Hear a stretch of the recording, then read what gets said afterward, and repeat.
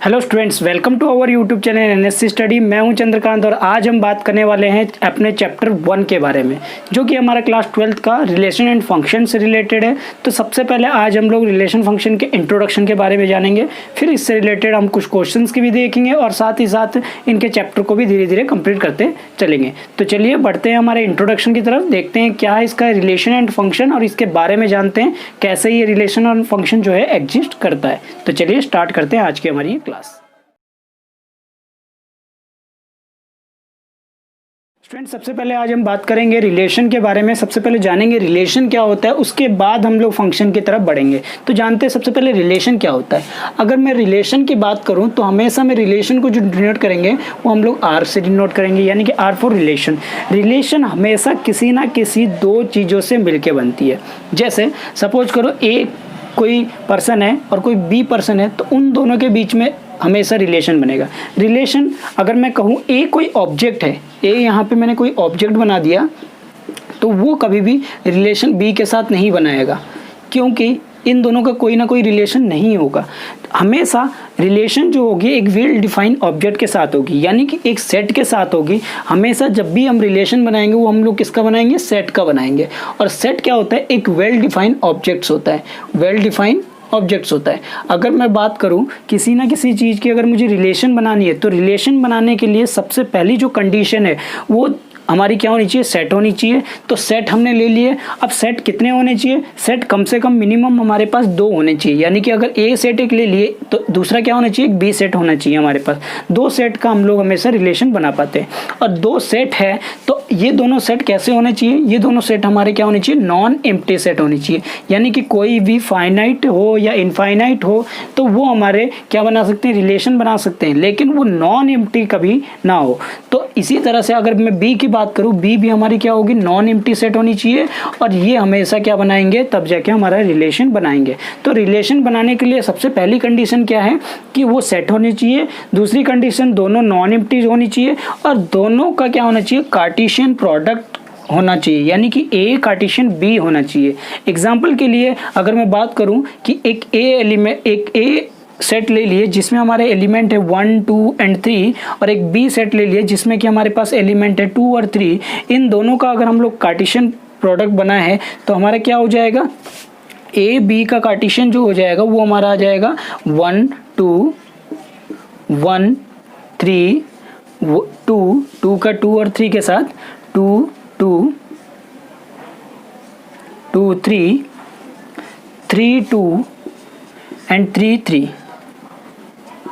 तो ये हमारे जो इनके सेट में जो कन्वर्ट हो गए, जो इनके कार्टेशियन प्रोडक्ट हो गए, वो सारे हमारे क्या हो गए, ए कार्टेशियन बी हो गए। यानी कि ये जो ऑर्डर पेड़ है ये हमारे क्या हो गए, ए कार्टेशियन बी हो गए। तो यानी कि कोई भी रिलेशन अगर किसी भी चीज़ का बनता है तो हमेशा किसी भी चीज़ का, मतलब ये सेट की बात कर रहा हूँ यहाँ पे, हमेशा जब भी हम लोग रिलेशन बनाते हैं तो किस चीज़ का बनाते हैं, सेट का। जब भी हम सेट के रिलेशन की बात करते हैं तो ये हमारा क्या हो जाएगा, ए सेट बी जो हो जाएगा वो हमारा क्या हो जाएगा, इनके कार्टेशियन प्रोडक्ट हो जाएंगे। यानी कि अगर डेफिनेशन के तौर पे कहे, रिलेशन जो होगा वो क्या होगा, सबसेट एंड इक्वल टू होगा ए कार्टेशियन बी के। यानी कि अगर हम एक तरह के डेफिनेशन में कहे तो रिलेशन क्या होता है, रिलेशन होता है if A and B are non empty set and A and B exist in their Cartesian form, तो it is called a relation. तो इसको हम लोग पूरे क्या कहेंगे, हम लोग अब रिलेशन कहेंगे। तो इस तरह से हम लोग रिलेशन को क्या कर पाएंगे,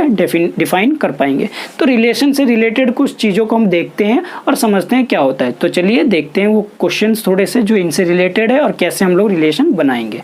फ्रेंड्स, सबसे पहले हम अगर रिलेशन की बात करें तो रिलेशन अभी हमने समझे क्या है, उससे रिलेटेड एक क्वेश्चन देखते हैं और फिर आगे बढ़ते हैं हम लोग इनसे रिलेटेड और कुछ प्रॉपर्टीज़ के बारे में। तो देखिए सबसे पहले अगर मैं रिलेशन की बात करूँ तो रिलेशन में हमने पढ़ा था कि अगर कोई भी कार्टेशियन प्रोडक्ट एग्जिस्ट कर जाए, यानी कि ए कार्टेशियन बी अगर एग्जिस्ट कर जाए तो वो हमारा क्या बनाएगा, एक रिलेशन को दिखाएगा। तो देख लेते हैं इसका कार्टेशियन प्रोडक्ट। तो रिलेशन कह रहा है एक्स और वाई का होना चाहिए, और क्या होना चाहिए, एक्स जो होना चाहिए ए में बिलोंग होना चाहिए, वाई जो है बी में बिलोंग कर रहा है होना चाहिए। तो ये ऑटोमेटिकली हमें दिख रहा है कि ए हमें दे रखा है, बी हमें दे रखा है, 2 नॉन एम्प्टी सेट है, और साथ ही हम लोग का कार्टेशियन प्रोडक्ट में रिलेशन, कार्टेशियन प्रोडक्ट भी बनाएंगे। तो जिससे ही हमें रिलेशन तो ऑटोमेटिकली पता ही लग रहा है। फिर भी हम लोग एक एग्जांपल के तौर पे है तो देखते हैं ए और बी का कार्टेशियन प्रोडक्ट क्या बनेगा।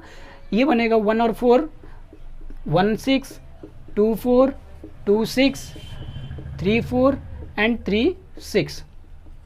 तो इनका ये कार्टेशियन प्रोडक्ट हो गया और ये हमारा क्या हो रहा है, इसी चीज़ को फॉलो कर रहा है, यानी कि R equal to curly bracket of X Y such that x belongs to A and y belongs to B, यानी कि इसको फॉलो कर रहा है। A और B का कार्टेशियन जो है आया 1 4 आया, 1 6 आया, 2 4 आया, 2 6 आया, तो यानी कि x और y के फॉर्मेट पे ही आया और दोनों ही x जो है A में बिलोंग कर रहा है और y जो है B में भी बिलोंग कर रहा है। तो ये हमारा क्या बना रहा है, ऑटोमेटिकली एक रिलेशन बना रहा है। तो हम ये कह सकते हैं कि रिलेशन जो है वो A और B के कार्टेशियन के सबसेट के बराबर बन रहा है।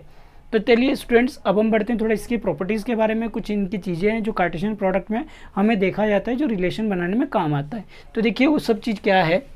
अगर मैं बात करूँ रिलेशन की ही, तो रिलेशन में सबसे पहले अगर रिलेशन बनाना पड़ता है तो उसके लिए हमें ज़रूरत पड़ती है मैपिंग की। मैपिंग क्या होती है? मैपिंग एक तरह का, ये समझ लीजिए कि किसी के थ्रू हम लोग वहाँ पे पहुँचते हैं। सपोज कीजिए जैसे आपका कोई रिलेशन किसी दूसरे जगह पे रहता है, तो आप क्या करते हैं, वहाँ तक आप क्या करते हो, मैपिंग करते हो, मतलब एक जगह से दूसरी जगह तक जाते हो, तो वो आपकी क्या कहलाती है, मैपिंग। यानी कि एक जगह से दूसरी जगह ट्रैवल करना ही आपकी मैपिंग कहलाती है। देखिए कैसे, अगर हम बात करें कि A और B है हमारे पास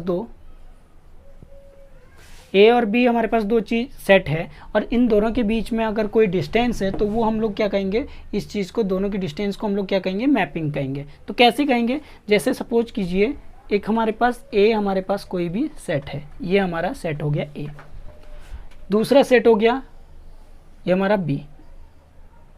तो इन दोनों के अंदर जो एलिमेंट होंगे वो सारे हमारे क्या होंगे, मैपिंग से ही जुड़े हुए होंगे। यानी कि रिलेशन जो इनका बनेगा वो मैपिंग से ही बनेगा। कैसे, इसमें मान लीजिए स्मॉल a b और c है, तो इसमें क्या होगा 1 2 3, तो इनका रिलेशन इस तरह से हम लोग बना सकते हैं।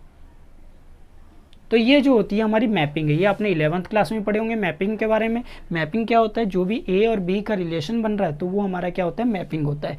तो इसमें मैपिंग जो है, जो A चीज़ है, यानी कि जो आपको पहला चीज़ जो दिख रहा है जिसके साथ हो रहा है, मतलब ये जो होता है इसके साथ हमारा क्या हो रहा है, इसकी मैपिंग हो रही है। तो जिसके साथ हो रहा है तो ये होता है हमारा डोमेन। क्या होता है, डोमेन। और इस चीज़ को हम लोग क्या कहते हैं, को डोमेन। इसको क्या कहते हैं हम लोग, को डोमेन। अगर हम लोग इसकी बात करें तो इसमें जो एलिमेंट है, यानी कि एलिमेंट क्या है, ये सारी चीज़ें 1 2 एंड 3, ये हमारे क्या होंगे, रेंज। क्या होंगे, रेंज होंगे। तो यानी कि हमारे पास को डोमेन तो पूरा बड़ा सेट हो जाएगा, लेकिन रेंज क्या हो जाएंगे, जो इनके साथ रिलेशन जिन्होंने बनाए। अगर मैं सपोज करो एक और एलिमेंट भी ले लूँ, यहाँ पे मान लीजिए मैंने 4 रख लिया, तो 4 हमारी रेंज में नहीं आ रही है लेकिन को डोमेन में आ रही है। तो डोमेन क्या हो गया, जो रिलेशन बना रहा है, यानी कि जो हमारे पहले वाले प्रोडक्ट होते हैं, यानी कि ए का जो सेट है वो हमारा क्या कहलाएगा, डोमेन कहलाएगा। दूसरा जो सेट है वो हमारा को डोमेन कहलाएगा। और जो ए जिसके साथ रिलेशन बना रहा है जितने एलिमेंट के साथ, वो सिर्फ रेंज कहलाएंगे। जितने एलिमेंट के साथ, अगर इसके साथ अगर रिलेशन नहीं बना रहा है तो ये हमारा रेंज की कैटेगरी में नहीं आएगा, लेकिन कोड डोमेन की कैटेगरी में आएगा। तो हम अगर कोड डोमेन की बात करें तो डोमेन हमारा यहाँ पे कितना है, डोमेन हमारा है क्या चीज़ है, A B एंड C है। लेकिन अगर मैं कोड डोमेन की बात करूँ तो कोड डोमेन हमारा यहाँ पे क्या है, कोड डोमेन है हमारा 1 2 3 एंड 4। अगर मैं रेंज की बात करूँ तो रेंज हमारा कितना हो जाएगा, रेंज हो जाएगा हमारे पास 1 2 एंड 3। तो ये हमारे क्या बनाते हैं, मैपिंग बनाते हैं। डोमेन, कोडोमेन और रेंज मिलकर क्या बनाते हैं, मैपिंग बनाते हैं। और यही मैपिंग ही हमारे काम आता है रिलेशन में।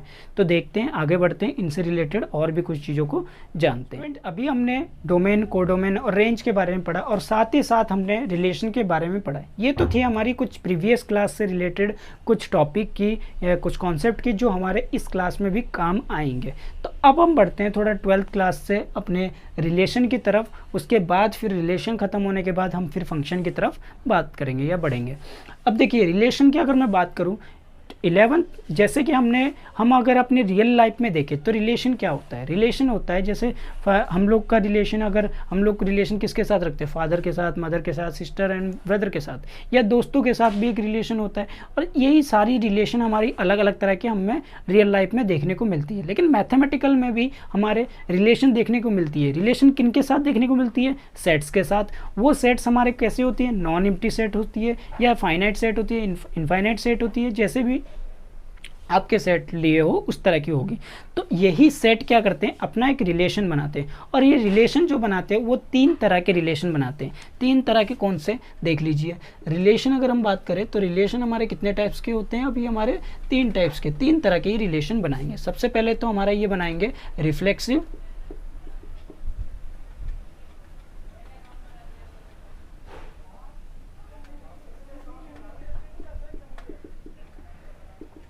रिफ्लेक्सिव, दूसरा सिमेट्रिक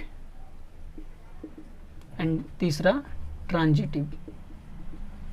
अब देखिए, अब मैंने तो कहा कि आपका रिलेशन जो है, एक रियल लाइफ के एग्जांपल लिया कि रिलेशन आपके एक फादर के साथ है, मदर के साथ है, और आपका एक ब्रदर एंड सिस्टर के साथ है। तो अगर मैं इन सबको इंक्लूड कर दूं तो क्या हो जाएगी, एक आपकी फैमिली बन जाएगी। तो यानी कि कॉमन नेम देते हैं हम उसको फैमिली। तो इसी तरह से रिलेशन में भी हमारे क्या हो गए, रिफ्लेक्सिव हो गए, एक सिमेट्रिक हो गए और एक ट्रांजिटिव हो गए, यानी कि ये तीनों तरह के रिलेशन हो गए। अब इन तीनों को अगर मैं, मेरे तीनों रिलेशन एक साथ मिल गए, मतलब ये तीनों रिलेशन एक साथ मिल गए, तो इस रिलेशन को मैं क्या कहूँगा, इन तीनों को कहूँगा इक्विवेलेंस रिलेशन। इक्विवेलेंस रिलेशन यानी कि अगर किसी में भी रिफ्लेक्सिव, सिमेट्रिक और ट्रांजिटिव एग्जिस्ट कर जाए तो उस रिलेशन को हम लोग क्या कहेंगे, इक्विवेलेंस रिलेशन। और ये इक्विवेलेंस रिलेशन ही हमारे काम आता है रिलेशन को प्रूफ करने के लिए। यानी कि आपको जो मोस्टली क्वेश्चन मिलेंगे वो इन्हीं से रिलेटेड रहते हैं कि 4 मार्क्स के क्वेश्चन जो आते हैं वो आपके इक्विवेलेंस रिलेशन को ही प्रूफ करने के लिए आते हैं। नहीं तो आपको स्टार्टिंग में सॉल्व करने पड़ेंगे रिफ्लेक्सिव, सिमेट्रिक और ट्रांजिटिव, देन इसके बाद आपको सॉल्व करने पड़ेंगे इक्विवेलेंस रिलेशन। तो इन्हीं से रिलेटेड हम क्वेश्चन क्या करेंगे, नेक्स्ट क्लास में पढ़ेंगे स्टूडेंट्स, और इनके बारे में जानेंगे कि इस तरह से रिफ्लेक्सिव प्रूफ किया जाता है, सिमेट्रिक प्रूफ किया जाता है और ट्रांजिटिव प्रूफ किया जाता है। और साथ ही साथ अगर टाइम मिले तो हम लोग इक्विवेलेंस रिलेशन को भी डिस्क्राइब कर लेंगे। तो स्टूडेंट्स आज के लिए बस इतना ही, और नेक्स्ट वीडियो में इनसे रिलेटेड और भी क्वेश्चन हम लेके आएंगे और कॉन्सेप्ट को लेके आएंगे। तो थैंक यू इतने के लिए।